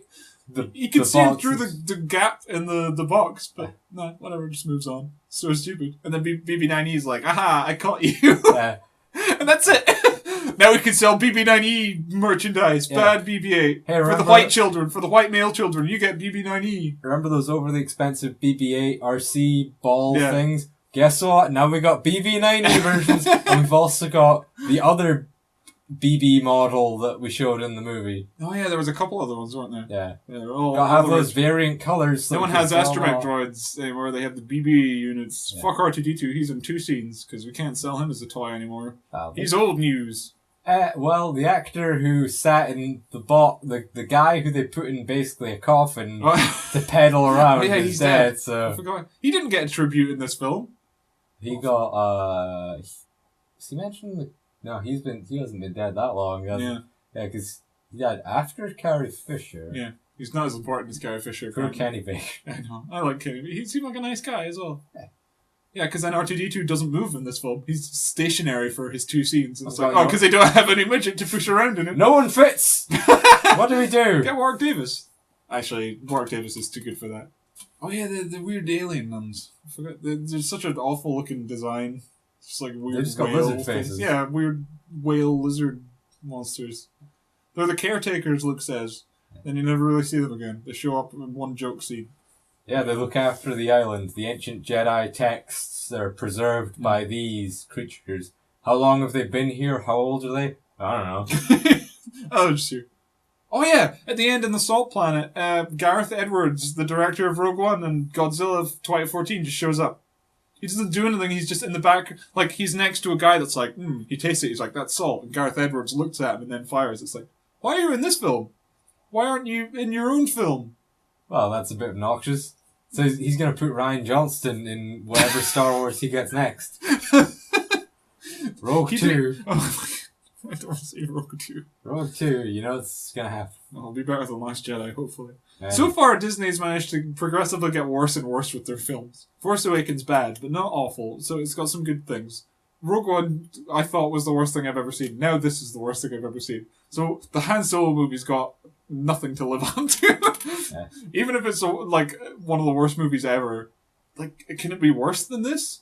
Can anything be worse than this? I don't know how it's, like, this is one of those movies where I'm even like, okay, I dislike it. It's not a well-constructed movie, but it's just got so much for me to hate in it Yeah. that even if It's little things. even if it was a good movie Yeah. that just had all these issues I have with it, Mhm. I still would just hate it completely and have no reason to be Yeah. like even remotely. The reason I consider it to be like, I think the worst movie I've ever seen, not the worst movie ever made, just the worst movie I've ever seen, is because, yeah, maybe I've seen movies that are, like, made worse. Like, The Room has got, like, charm to it and it's so bad it's good, sort of, I guess this kind of has so bad it's considered, like, Leia flying through space. But to be this, like, bafflingly bad, but also cost them, like, $300 million to make, and have, like, some of the best actors ever and some of the best, like, CG artists ever and the best makeup artists ever, and, like, this... Why is the script so bad? Can you not... Like, Ryan Johnson wrote this. Why is the writing so terrible? Can you not just hire one other guy to be like, let me read over Spoil it? the brew. Yeah, but the original Star Wars movies had a couple writers. Because George Oh, yeah. Lucas wrote the prequels, he didn't have anyone to fix them. That's the problem with this film. You need someone to come in and go, no, Leia flying through space is fucking stupid. You have... If you want to do that, have an X-Wing pick her up so it's less retarded. Have some kind of weird, just like suit that just like Yeah, spacesuit. yeah, like a thing. Iron Man suit just kind of folds over her face. Just like some kind of weird like plastic like condom thing like shoots out and preserves the bodies that everyone just has as like an emergency precaution, and it's just like, oh yeah, these will keep people safe for up to like 2 hours in the vacuum of space. Something dumb like Yeah, that. that would have made more sense than she's Mary Poppins now. She can just breathe in space like Guardians of the Galaxy. The Force. Who cares? She used the Force. Remember She's how flying through space and Luke's milking an alien monster and drinking its green jizz juice. Remember how Leia always had some contact with the Force, but not much. Yeah, well, now she can fly. Yeah, now she can just like fully just do stuff. I was happy with it. Was like, yeah, Leia, she has the Force. She's not a Jedi. She doesn't know how to use it, but she can contact people and do little things with the Force. But then they show her flying through space, and it's like, that's the most powerful thing we've ever seen anybody do. So now Leia is definitively the most powerful Jedi we've ever seen in the Star Wars universe. Yeah, also, what's like, Luke just completely talks about how like, yeah, no, none of that matters. Like, they do that whole like, okay, where you come from doesn't matter for all this stuff. But then it's like, then why are like Luke, Leia, and Ben also That's because they're strong? retconning it. But because they're wanting to be like, wait, no, because they're saying that whole like, yeah, it doesn't matter where you come from, you be powerful, the Force, like, they're all just strong. They're because they're family though, like. Yeah. It's because they're retconning it. Stop They're trying to be like, it they're doesn't matter. Just arguing their own point against themselves in the same movie. Because what I always think it was like Rey's super powerful. So it's like, well, yeah, it doesn't matter where you come from. Because they're trying to retcon it like, like the Skywalker family were supposed to be powerful in the Force, but they don't like that. They want to... Hey kids, you can all be Jedi if you're a white woman, not if you're a piece of shit white male like Luke. But if you're a strong, independent white female, then you could be a Jedi too. You don't need to... It doesn't matter who your parents are. Kids, you can be... Buy our Rebel Rig. Buy our Porg. Buy our Space Horses. Buy BB-9E. Buy BB-9E. Buy BB-8 and BB-9E and make them chase each other and see who would really win in the epic battle of all time.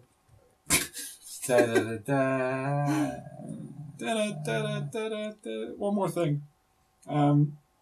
Why is Rian Johnson directing an entire Star Wars trilogy? Why are they giving it to this fucking idiot? Because Kathleen Kennedy saw what he did with The Last Jedi and said, "You're a brilliant man, Rian Johnson, and I want to give you all the power in the universe." You will make 3 more movies and they will be just as bad, if not worse, than these. She's just Supreme Leader Snoke. Yeah, she is. And he's Kylo Ren. He's going to try and usurp her. But he's not going to be able to do it. She's going to strike him down. Oh, he's going to kill her. I hope he kills her. I fucking hate Kathleen Kennedy. Leave her in half. She through the side. Yeah.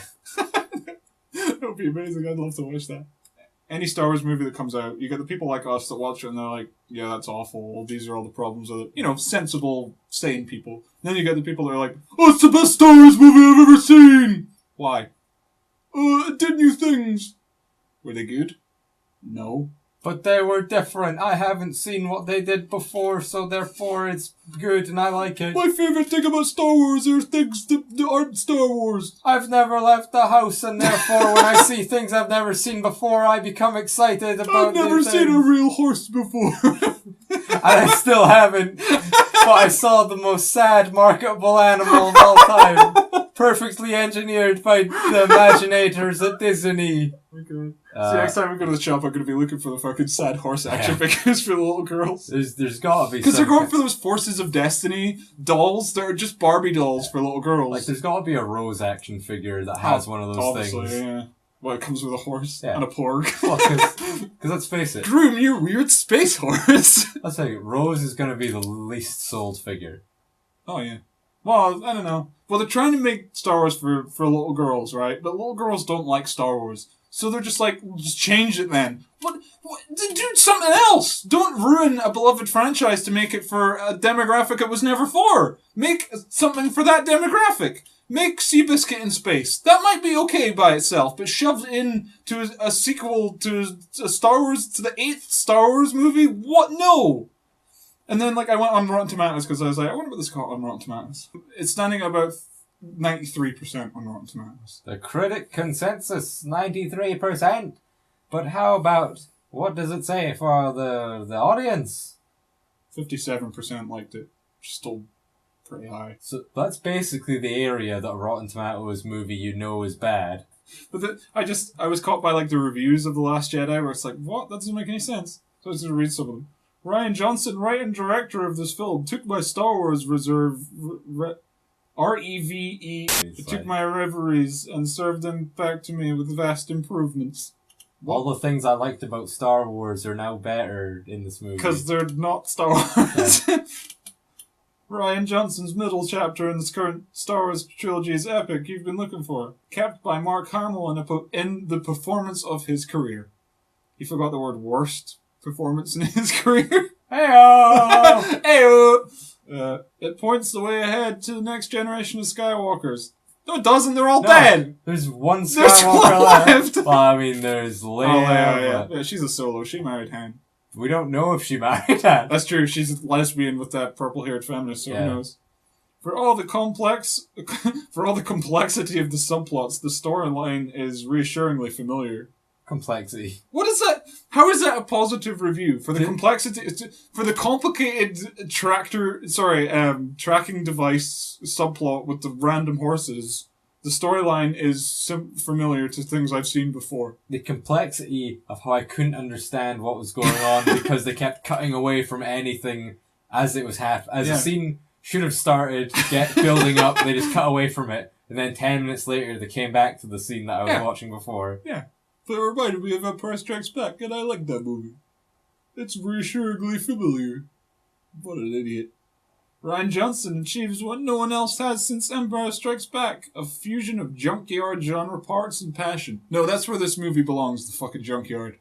I feel like a good critic doesn't reference the director saying that it's them that just... Yeah, because movies are just made by studios nowadays. It's like, you can't blame all this on Rian Johnson. Yeah, he wrote and directed it, but Kathleen Kennedy was there like Snoke the whole time, like, no, kill it, do it, murder it, end it, bop it, twist it, pull it. Director Rian Johnson... They all fucking mention Rian Johnson! Yeah. Director Rian Johnson's movie has a sense of humor about itself and a sense of joy, but its emotional generosity, even in the midst of all extravagant green screen work, is its best special effect. So the green screen was pretty awful. There was some points where I was like, ugh. It was like Leia and Rey standing on top of the cliff. I'm like, that's almost as bad as Thor Ragnarok. And then the puppets all look terrible. Like the Porg was like, oh, they're puppets. They're awful. You don't have to be a Star Wars fan to love this edition of the canon. That's yes, true. you did. What? Oh yeah, because it's all about horses. Yeah. You literally don't need to like... You shouldn't like Star Wars if you like this. Yeah, if you like this, you clearly don't like Star Wars. Okay, yeah. But if you like Luke Skywalker, then you're not going to like this. Well, it says, heck, it even works if you haven't seen any other movies. Yeah. Like any other movies or any other Star Wars movies? If you haven't seen it, if you don't understand how a film works... Oh, then you'll love this. You'll see this. It'll be new. Yeah. If you're 3 years old... Images on a screen! If you're 3 years old, you'll love it. Sad horses! Cute owls! He ate one! No, he didn't eat it. They're so marketable! He got to the point where he might as well have eaten it and then didn't. It was a waste not to eat it and then throw it away. I really think it would have been funnier if the porgs had eaten the porg. Oh no, because then they're not so marketable because they're scary. It would have been funnier if Chewie started to eat it and then he was sad and he just kind of gave up on it. But he didn't even try. With deft direction by Johnson and his script that has anonymous and mythical moments but never quite feels over the top or silly, this features strong work from Hamill, Ridley, Driver, and Boyega. All the acting in this was terrible, except... in fact, the only acting I thought was good was Adam Driver. Yeah. He did a really good job. He was really emotional. He almost felt like Hayden Christensen. In fact, I want to say he was better than Hayden Christensen in Revenge of the Sith, where you could see the anger like on his face and in his performance. Maybe a little bit too whiny, but definitely better than Force Awakens. And it was just... I'd say that the difference is like the context of the... I'd say the performance is the same. It's the context of the film that's kind of like lifts it a bit. Mm-hmm. Yeah. But also it's like, it's the sheer opposite of all the other acting, which is just awful, where you're like, oh, this one's actually good. It just makes his character more interesting as well, even though there's not even that interesting a character. It's just like, shove Anakin Skywalker, Darth Vader, Luke Skywalker all into a blender. What do you get left? This guy. He's got kind of a face. He breaks his mask. That's true. I liked the design of his costume before. And then they're just like, now he's just a guy. Yeah. He's so much less threatening. He's just a weird looking guy. Yeah, like... Back when he had the mask and the hood and the scarf thing. He looked cool. And like the kind of like ribbed sleeves and stuff. Now he's just got like leggings and like a weird like tunic thing. Mm-hmm. It's just like... Yeah, this is a guy in some cloaks. Yeah. He just looks like Anakin Skywalker. He doesn't even have cloaks anymore. Yeah. He's got a big scar on his face. He's just Anakin Skywalker now. Whatever. But You would want to steal Darth Vader, not Anakin Skywalker. But they'd started off with Darth Vader and transitioned him into Anakin, which is a bad move. You don't have to be a Star Wars fan to love this edition. Well, that's true. You shouldn't. A poignant farewell to Carrie Fisher. But she was flying through space like Superman. What a poignant farewell. She should have just died in that scene. She's going to die anyway. It's not even a farewell. No, it's not. Because they said that she's already filmed all their scenes for the next one. So God knows what's going to happen in is she going to die in the next one? Or maybe she'll be like Luke, she'll just disappear for no reason. That's another thing. Luke dies without purpose. He's like, well, I'm done, I'm off. And then he just turns into a cloak.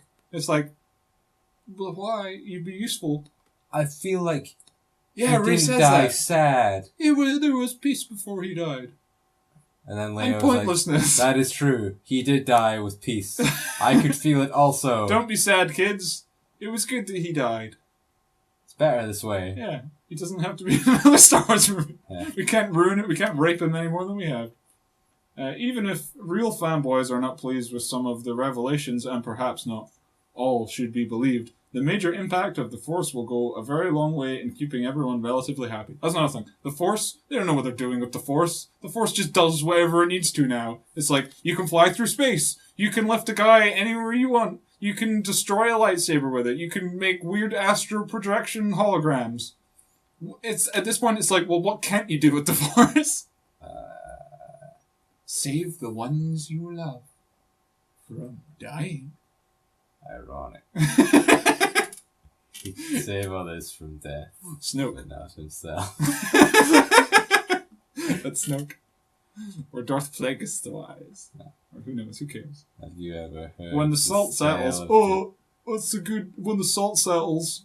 Because remember, there was salt on that planet. It's true, there was salt on that planet. When the salt settles, we are left with neither triumph nor tragedy. Instead, it's one more chapter in the continuing saga, punctuated by a few moments of genuine awe. Aww. Yeah, genuine. Oh no! It's still going. Oh, when's it gonna be over? Oh, I paid for 2 hours parking and the movie's still on. I'll just leave. It's better. I'm gonna get a parking ticket. I won't because I'll leave. It's better to go. Yeah, if you're gonna go see this, leave when Luke disappears. Don't watch his death. Just imagine that was his farewell and that he survived, and then create your own third Disney sequel. The battle that inaugurates The Last Jedi is now, and in the eyes of a lonely child, the ray of light in the sky that awakens his imagination. Wow, it's so poetic and inspired a child, and that's what it's gonna do to the children that watch it. Like when they were inspired by Rogue One. Yeah, Mommy, everyone's dead! Don't worry, Timmy. You can die for what you believe in. Don't worry, Timmy. You can watch the next Star Wars movie with your favorite character, Luke. Oh. Genuine moments of, oh. I like porgs! Mommy, I want to ride one of those weird space horses! They look sad! They're so marketable! It's almost like they were engineered to make me feel upset just by looking at them! They make me want to care for them! That's true, Timmy. Timmy. Hey, you're not my mom. You're a Disney executive. That's right, Timmy. I replaced your mother. I'm much more marketable than my mother. She was fat and ugly. Look at me. I'm a white male. She's made with CGI now. Yeah. Just like we wanted. We replaced your mother. She's all digital now. She's perfect. She flies through space. Yeah, look at her. Look at her go. There's something really upsetting that I felt more emotion in the death of Shmi Skywalker than Luke Skywalker. You're right. You're right. Because that's a very emotional moment. He's like holding her. It's no, Mom. And he's crying. And then he gets really angry. He starts killing all the Tusken Raiders over. Luke just disappears. I felt nothing. Yeah. I cried when Darth Vader died. I don't care when Luke died because it's like, well, this isn't my Luke. Hashtag not my Luke. My Luke raised the Jedi Academy. He was best friends with Kal Katarn. He married Mara Jade and had great children. And then they fell to the dark side. But he didn't give up on them like a little bitch. Yeah, and then he had grandchildren. Yeah. Like Cade Skywalker. Yeah, Cade Skywalker. Who went evil but then went back to being good. Yeah, like Anakin. It's like stanzas, it rhymes. What's with all these Skywalkers constantly going evil and then turning back? Well, because remember, they were created by Force Jizz by Plagueis and Palpatine. So yeah, whatever. Last review. Arguably the most beautifully directed film of the series so far. Maybe? Have you seen Attack of the Clones, sir? So many vistas! There are so many vistas. They just don't stop. This I feel like wonderful planets. I feel like this movie... They're all one biome. Perfect. Yeah. Perfect worlds. Yeah. About as good as it gets for 4-quadrant tentpole filmmaking. Wonderful. That's like a backhanded compliment. Yeah. It's about as good as it gets for a shitty film like this. 10 out of 10. Man, the critics, like, they just want to use big words. Yeah. What's their job? Sucking their own dicks. Okay, use a lot of words, use a lot of big words, and mention the director. Mention the cast. Mention the studio didn't ruin the franchise. What else do you want me to say, Disney executive? I don't know, just run it through a thesaurus and make yourself seem more intelligent, then people will believe you. You got it. Good, thank you. Buddy, please. Kids like Star Wars? Not anymore, you better not. Yeah. No, you better So not. my family's going to go and see it when they get back, and I was like, I really hope you don't like it, because, like, my sister, she's going to love the porg, and she's going to want to ride the fucking space horses, and she's going to like the Chinese girl because she has a vagina, and that's all she wants from characters, because little girls are retarded. As a little boy, I expected something from my characters. I wanted a little bit of depth. I wasn't just like, oh, look, a horse. That I am. Marketable I am. Books? Not a page turner is not.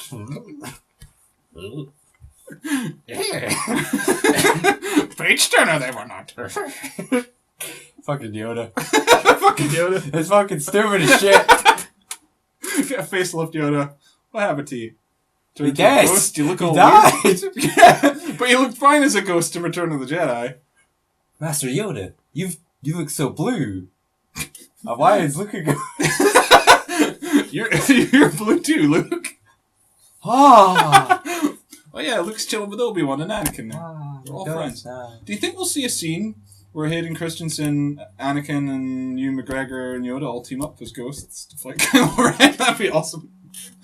Well, I could see Luke being there. Mm-hmm. I don't know why they'd put all those guys he's never met before. Well, Anakin, because he's Yeah, like trained to Anakin him. at least has that like whole thing of like, hey, I changed my mind at the last second. You dumbass.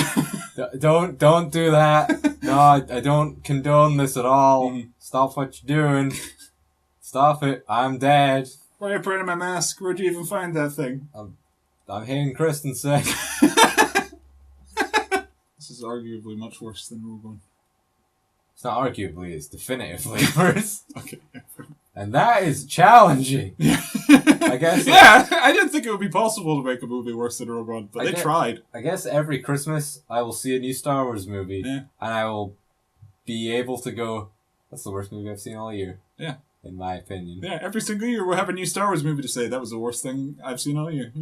From my point of view, the Star Wars are bad. Well, from my point of view, the prequels are bad. Well, then you are lost! I love the prequels so much. I do too. I miss them. Tremendous. No, you gotta watch the Third Gather's Backstroke of the West. I've seen. It's so good. The disgusting thing came. Are you the disaster that Datu asked for? One more thing. They don't say, I have a bad feeling about this in this film. They say it twice in Return of the Jedi. They don't say it once in they fucking say it in Rogue One. How do you just put it in somewhere? Maybe that was in one of the tons of deleted scenes. Yeah. Maybe BB-8 said it at one point. That's Maybe true. a porg said it. That's what the pork say when they do their pork sounds. Yeah. Yeah. It's dead now. Yeah, it's dead. It's over. Kill it if you have. Please. If you find it on DVD, break please, it. Please, yeah. It should be the new Shaq Fu. It should be the new It Star Wars should be a Holiday West. Special. George Lucas should, if he had a time and a hammer, he would track down every copy of The Last Jedi and break it. The picture irises out and credits appear on screen.